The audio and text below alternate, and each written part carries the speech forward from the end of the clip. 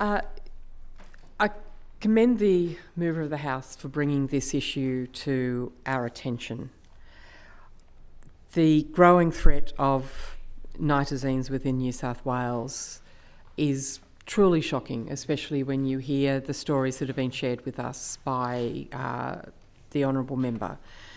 These synthetic opioids are incredibly potent, with some analogues being up to 500 times stronger than heroin. And this extreme potency significantly increases the risk of overdose and death, even at very low doses. The emergence of nitazenes has led to a rise in drug-related fatalities, with reports indicating an average of almost 3 deaths per week in the United Kingdom alone. And so this is clearly a risk to public health and a risk to life that we need to take seriously.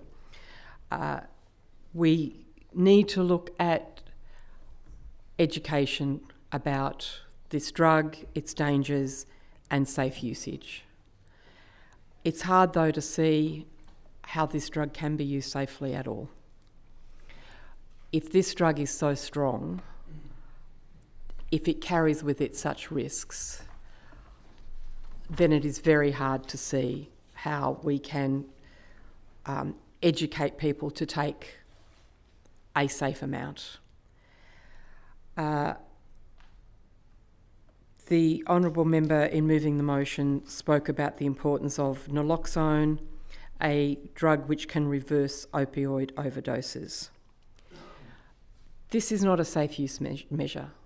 This is a reactive measure which addresses the symptoms rather than the underlying issues.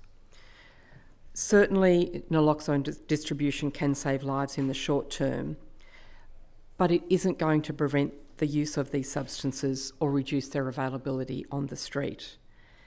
And if we are relying on education and the terrible burden of trying to make sure that you have a person who is arguably dying in front of you and to get them to a pharmacist, to get them to somewhere that naloxone is available, that would be a tremendous burden to put on anybody who is dealing with somebody who had taken a drug overdose.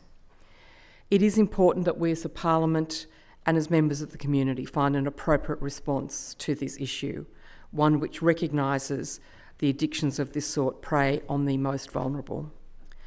I commend the intentions of this motion.